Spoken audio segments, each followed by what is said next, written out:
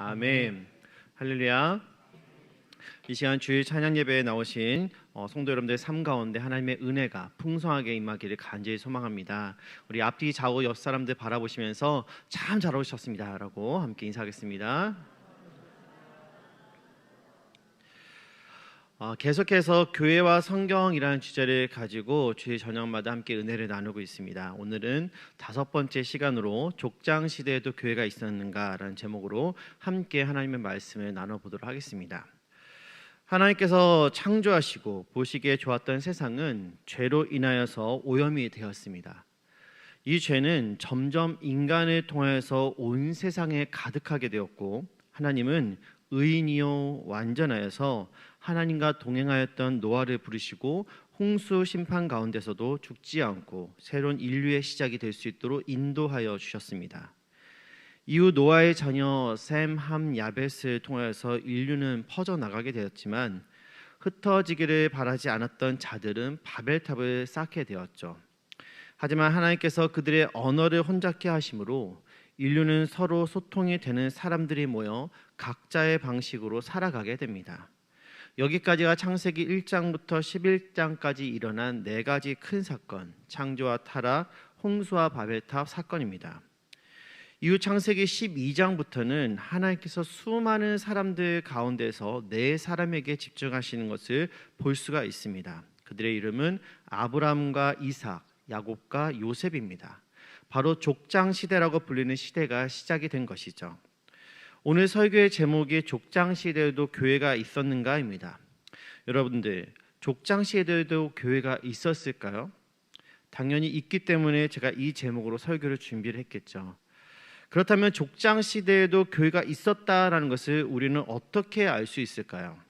오늘 설교의 주제는 이것을 밝혀나가는 데 함께 포커스를 맞춰 나가려고 합니다.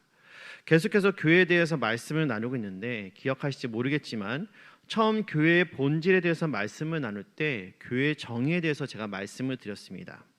신약에서 초대교회가 교회를 나타내는 성경의 원어로 에클레시아라는 단어를 사용했다고 말씀을 드렸는데, 이 에클레시아는 밖으로를 뜻하는 에크와 불러내다를 뜻하는 칼레오의 합성어로 정리를 해보면 에클레시아, 교회는 세상으로부터 불러낸 하나님의 백성이라는 뜻을 갖습니다. 매주 우리 담임 목사님께서 축도를 하시기 전에 이런 말씀을 하시죠. 우리는 세상으로부터 부름받은 하나님의 백성이요. 이 말 자체가 교회라는 단어의 정의라는 것입니다. 바울도 고린도 교회 성도들에게 너희들의 정체성이 뭔지 아느냐? 바로 이것이다 라고 하면서 고린도전서 1장 2절에서 이렇게 밝히고 있습니다. 우리 함께 이 말씀 읽어보도록 하겠습니다. 시작. 고린도에 있는 하나님의 교회 곧 그리스도 예수 안에서 거룩하여지고 성도라 부르심을 받은 자들과 또 각처에서 우리의 주 곧 그들과 우리의 주 되신 예수 그리스도의 이름을 부르는 모든 자들에게 아멘. 사도 바울이 정의하는 교회가 무엇입니까? 그리스도 예수 안에서 거룩하여지고 성도라 부르심을 입은 자들의 모임이라는 것이죠. 자, 여기서 초대교회가 자신들을 지칭할 때 사용했던 이 단어 에클레시아와 사도 바울이 고린도 교회 성도들의 정체성을 설명할 때 공통적으로 들어간 동사가 있습니다. 바로 불러내었다라는 것이죠. 맞습니다. 사랑하는 성도 여러분, 저와 여러분들은 모두 하나님께서 불러내신 줄 믿으시기 바랍니다. 오늘 본문에 등장하는 아브라함도 마찬가지였습니다. 하나님께서 그를 불러내셨죠. 하나님께서 아브라함을 우르에서 불러내셨는데 이 우르는 갈대아 우르라고 칭하기도 합니다. 갈대아는 이라크 남부 메소포타미아의 유프라테스 강과 티그리스 강 주변의 지역을 말합니다. 이 우르가 한때는 수메르 제국의 수도로서 많은 도시를 지배를 했는데 이미 4,000년 전부터 무역이 활발하게 성행을 하고 있었고 상업이 번성하여서 당시의 인구가 약 30만에 이뤘던 그런 대도시였습니다. 고대에는 도시가 번창을 하면 각종 우상을 숭배하는 이방 문화가 함께 유입이 되는 특징이 있습니다. 이 이후로도 이러한 문화가 잘 발달이 되었는데 특히 달의 신을 깊이 숭배하는 그런 도시였던 것이죠. 그런데 재미있는 것은 이 갈대아 우르라는 지명입니다. 고대 사람들은 도시의 이름을 정할 때 도시의 내력과 실상을 살핀 뒤 그에 관련된 이름을 지었습니다. 갈대아 우르에서 우르라는 이 말은 목마르다, 폐허가 되었다, 황폐하다라는 의미를 갖고 있습니다. 즉 이곳이 겉으로 볼 때는 무역이 성행하고 사람들이 모여있고 상업이 발달한 굉장히 활발하고 부유한 도시처럼 보이지만 실상 그 안을 살펴보면 사람들은 반대로 점점 더 갈증을 느끼게 되었다라는 것이죠. 아브라함은 이 문명의 도시, 거대한 신전이 마을의 한복판에 떡하니 버티고 있는 곳에서 일찍부터 많은 우상들을 접하면서 자라왔습니다. 이런 환경에서 자란 아브라함을 오늘 하나님께서 부르십니다. 우리 창세기 12장 1절을 보면 이런 말씀이 있습니다. 우리 함께 읽어보도록 하겠습니다. 시작. 여호와께서 아브라함에게 이르시되 너는 너의 고향과 친척과 아버지의 집을 떠나 내가 내게 보여줄 땅으로 가라. 아멘. 자, 여러분, 우르의 아브라함 혼자 살고 있었습니까? 아닙니다. 수많은 사람들이 그곳에 있었습니다. 그런데 지금 하나님께서 아브라함을 부르시고 계십니다. 그가 자란 환경은 또 어떻습니까? 홍수로 심판하기 전 선택하여 부르셨던 노아와 아브라함은 서로 너무나도 다른 모습을 갖고 있습니다. 노아는 성경이 말하기를 그는 의롭고 완전하여 하나님과 동행하였다라고 소개하고 있지만 아브라함은 그런 소개조차 없습니다. 그는 우상이 판을 치는 도시에 우상을 만드는 아버지 밑에서 자랐습니다. 어쩌면 그에게는 하나님보다 우상이 더 친근한 존재인지도 모릅니다. 그런데 오늘 하나님께서 그런 아브라함을 부르시고 계시다는 사실입니다. 그리고 아브라함은 예수님께서 제자들을 부르셨을 때 그들이 자신의 모든 것을 버리고 주님을 따랐던 것처럼 그동안 자신이 누렸던 모든 것들을 내려놓고 하나님께서 지시하신 땅으로 길을 떠나게 되었습니다. 그리고 오늘 본문 창세기 13장에 이르러서 아브라함과 그의 가족들은 하나님의 부르심을 받은 사람들로서 교회가 성립될 수 있는 일들을 하고 있는 것을 우리는 발견하게 됩니다. 이들의 행동이 과연 무엇이었기에 교회와 연관이 되어 있는지 이 시간 함께 세 가지로 살펴보기를 원합니다. 첫 번째로 교회는 하나님을 예배하는 곳입니다. 오늘 본문 4절 말씀 함께 읽어보도록 하겠습니다. 4절입니다. 시작. 그가 처음으로 제단을 쌓은 것이라 그가 거기서 여호와의 이름을 불렀더라. 아멘. 교회가 세상과 구별되는 모습이 무엇입니까? 그것은 교회는 하나님을 예배하는 예배 공동체라는 것입니다. 부름을 받은 아브라함이 가장 먼저 한 일은 여호와께 제단을 쌓아서 올려드리는 것이었습니다. 제단을 쌓는다라는 것은 하나님께 희생제사를 드리는 것을 의미하며 이것은 하나님이 나의 예배의 대상이 되심을 인정하는 구체적인 행동인 것입니다. 비록 족장시대의 교회가 오늘날의 교회처럼 체계가 잡혀있지는 않았지만 예배를 드리는 공동체로서의 모습은 제단을 쌓고 제물을 준비하여 하나님께 드리는 그 모습으로 이미 시작이 되었다라는 것이죠. 이러한 모습은 그의 아들 이삭의 삶을 통해서도 공통적으로 발견할 수가 있는 모습입니다. 우리 창세기 26장 25절 말씀 함께 읽어보도록 하겠습니다. 시작. 이삭이 그곳에 제단을 쌓고 여호와의 이름을 부르며 거기 장막을 쳤더니 이삭의 종들이 거기서도 우물을 팠더라. 아멘. 아버지 아브라함이 정당하게 구입한 우물이었지만 블레셋 사람들은 거부가 된 이삭을 시기하고 질투하여 그의 우물을 빼앗고 그를 내쫓았습니다. 이러한 과정은 3번이나 반복이 되죠. 하지만 이런 억울한 상황 가운데서도 이삭은 그들과 다투지 않고 하나님의 선하신 약속을 신뢰하면서 4번째 우물을 파게 됩니다. 더 이상 블레셋 사람들은 이삭을 괴롭히지 않았고 이삭은 제단을 쌓고 자기와 함께 한 자들과 함께 여호와의 이름을 부르며 하나님께 감사의 제사를 올려드리게 된 것이죠. 사랑하는 성도 여러분, 교회가 해야 할 일들은 너무나도 많이 있습니다. 정말로 중요한 일들이 너무나도 많이 있습니다. 하지만 그 중에서 단 한 가지를 꼽으라고 한다면 그것은 단연 예배입니다. 하나님께서 창조하신 모든 만물이 각자의 방식으로 지금도 하나님을 예배하고 있습니다. 하나님께서 수많은 사람들 가운데서 저와 여러분들을 불러내신 것은 하나님의 형상으로 창조된 우리를 통하여서 그 예배를 받으시기 위함입니다. 그러므로 우리는 예수님께서 말씀하신 것처럼 영과 진리로 하나님을 예배해야 될 줄 믿습니다. 하나님께서 우리를 부르셨기에 그 부르심에 응답하고 예배를 드려야만 하는 것입니다. 그러므로 하나님을 예배하지 않는다면 그것은 교회라고 말할 수가 없는 것이죠. 시대가 많이 흐르면서 교회 형태도 많이 변했습니다. 교회 안에 카페가 들어오기도 하고 체육관이 있기도 합니다. 제가 본 어떤 한 교회는 교회 안에 유치원을 함께 운영을 하면서 수영장이 있는 교회도 제가 보았습니다. 이전에 오롯이 예배를 드리기 위해서 예배당만 있던 시절하고는 다른 많은 교회들의 모습을 우리는 어렵지 않게 주변에서 발견할 수가 있는 것이죠. 하지만 우리가 잊지 말아야 할 것은 아무리 교회 안에 현대적 시설이 들어오고 사람들을 끌어모을 수 있는 장치들이 있을지라도 그 안에 예배가 없다면 비록 그곳에 십자가가 달려 있을지라도 그것은 교회라고 부를 수가 없는 곳입니다. 교회는 친교 모임의 공간이 아닙니다. 교회는 복지 공간이 아닙니다. 그 어떠한 것도 예배보다 앞설 수가 없습니다. 하나님께서 이를 위하여 저와 여러분들을 부르셨습니다. 그래서 사도 바울은 고린도전서 7장 20절과 24절에서 이렇게 기록을 하고 있습니다. 우리 함께 이 말씀 읽어보도록 하겠습니다. 시작. 각 사람은 부르심을 받은 그 부르심 그대로 지내라. 형제들아 너희는 각각 부르심을 받은 그대로 하나님과 함께 거하라. 아멘. 하나님은 족장 시대에 아브라함과 이삭, 야곱을 부르셔서 자기의 교회를 세우셨습니다. 신약 시대에는 예수님께서 12제자를 부르셨고 사도 바울을 부르셔서 초대교회를 세우셨습니다. 그리고 지금 이 시대의 성령님은 저와 여러분들을 부르셔서 하나님의 기쁨인 교회를 세워나가고 계십니다.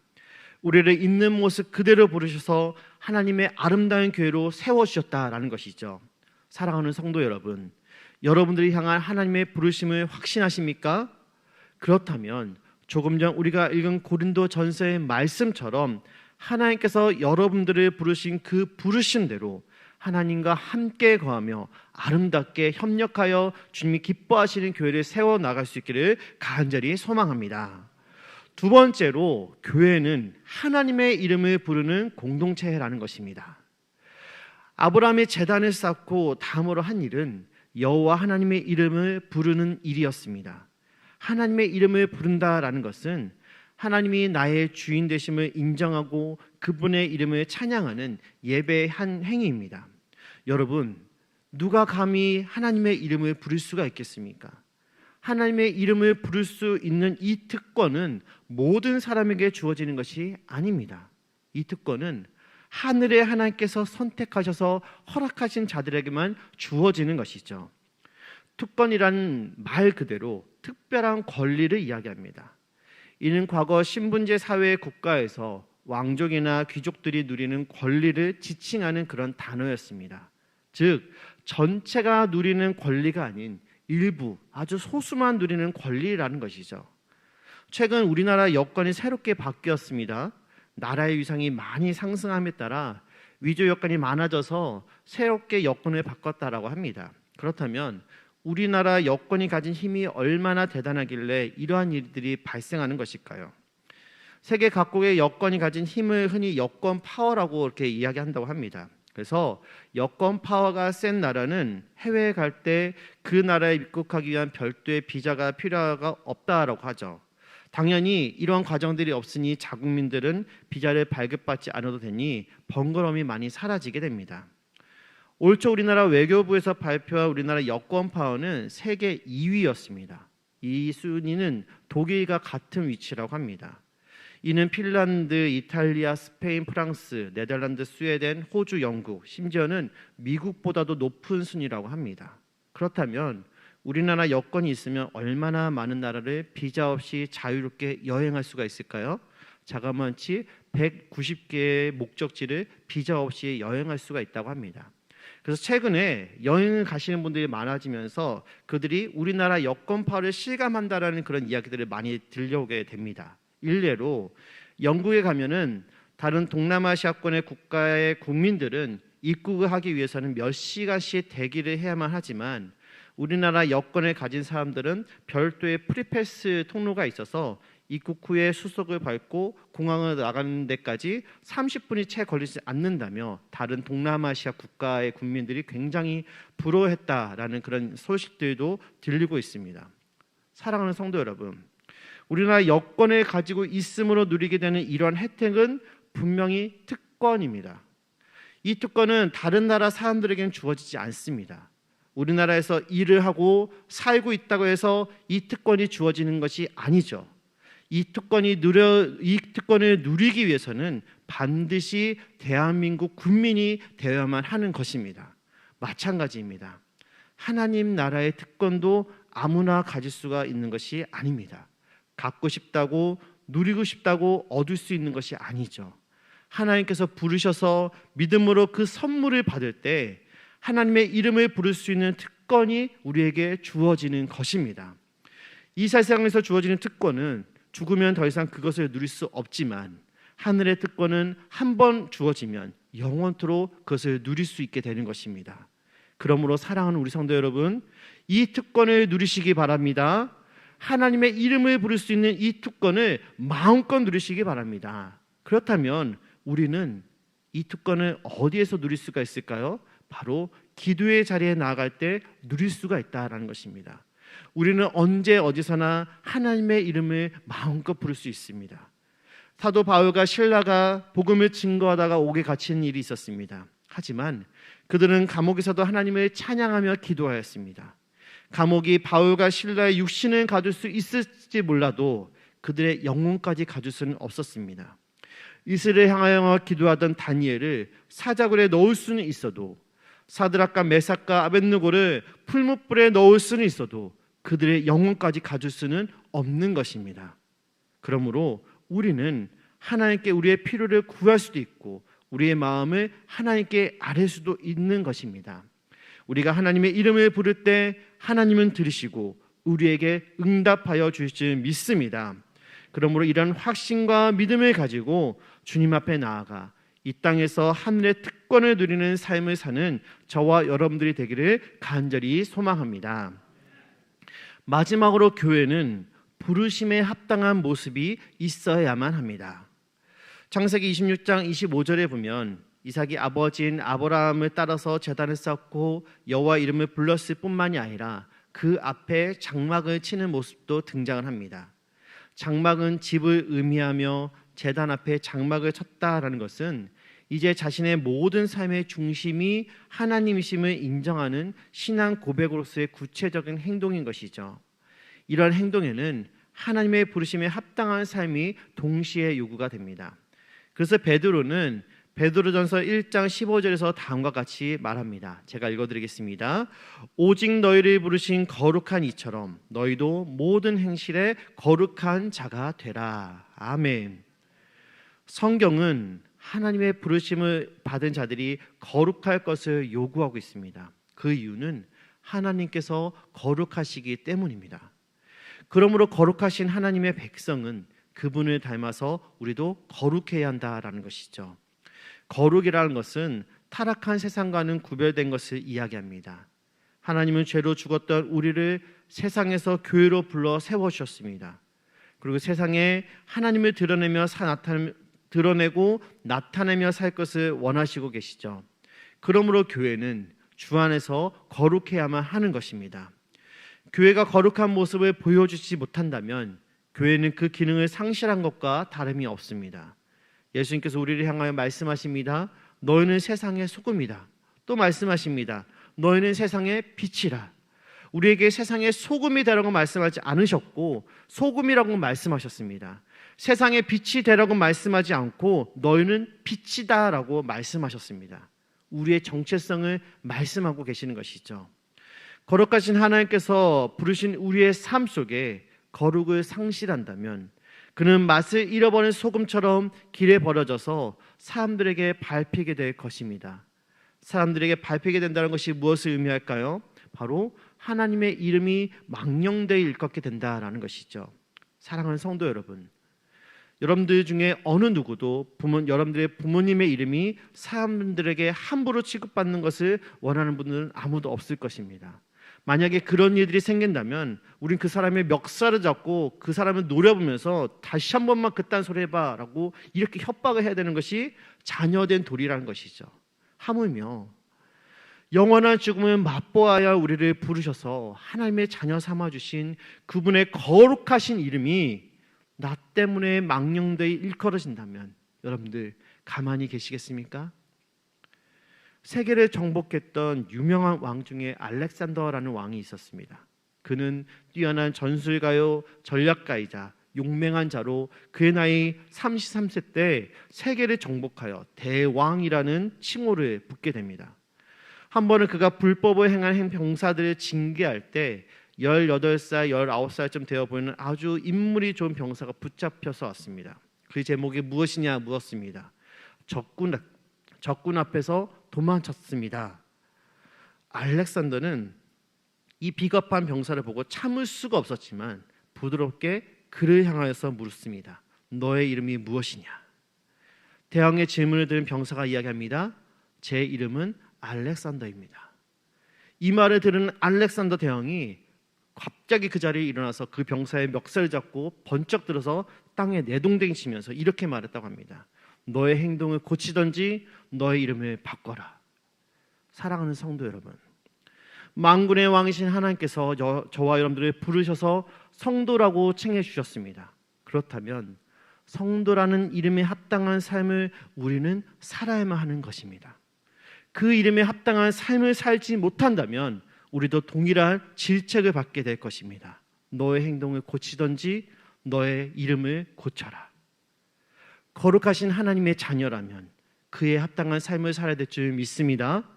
간절히 원하옵기는 이 시간이 우리 자신을 돌아보고 하나님의 부르심에 합당한 삶을 살겠다고 결단하는 시간이 되기를 간절히 원합니다.